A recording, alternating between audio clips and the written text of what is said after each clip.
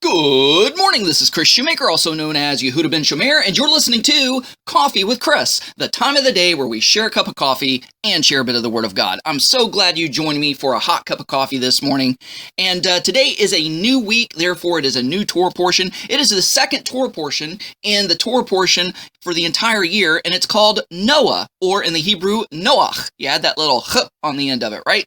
So this Torah portion is from Genesis chapter 6, verse 9, going all the way to chapter 11, verse 32. But today's Siddur, today's Aliyah is Genesis chapter 6, verses 9 through 22. But I'm just going to take the simple little verse 22 and kind of expound on that for you. So it says, "So Noah did according to all that God commanded him. He did so exactly." Okay, so what did Noah exactly do that God commanded? Well, Noah built the ark, right?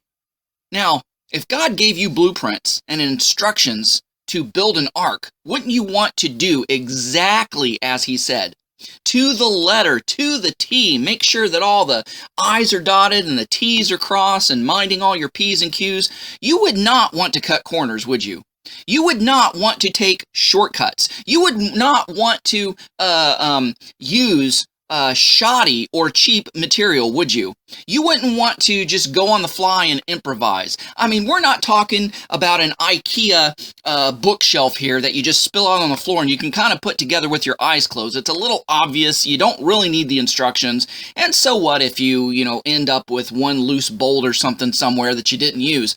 I mean, it's not a life or death situation, right? But the ark was a life or death situation. Noah and his family were going to be the only 8 people alive on the planet, and it was going to be their responsibility, with all the animals aboard, to repopulate the earth and to start the world over again.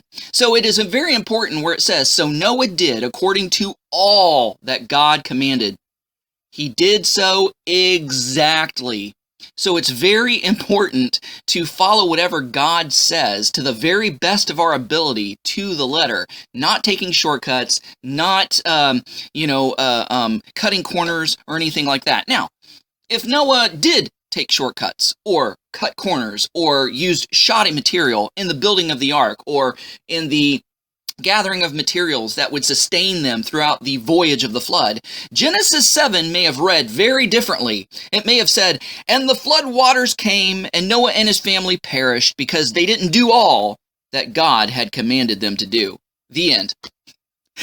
I mean, if Noah and his family were dead, we would be dead too. We wouldn't exist. We wouldn't be around to read that alternate version of Genesis chapter 7. That's how serious it is when it comes to following the commands of God.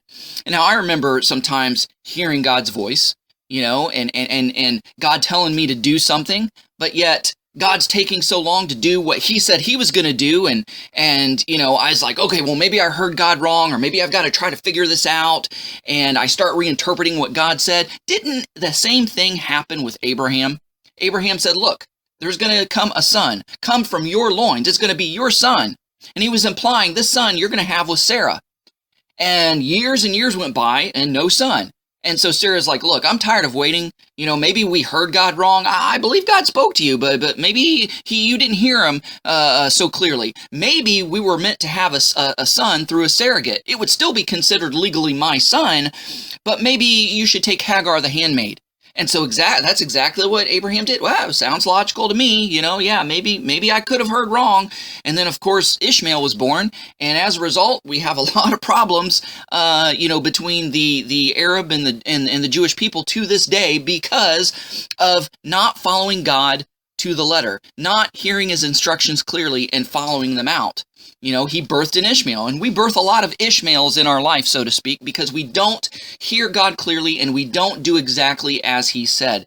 It's a scary thing because we're thinking, man, am I crazy? Lord, this doesn't even sound logical. I mean, the Lord, after all, told me to quit my job one time.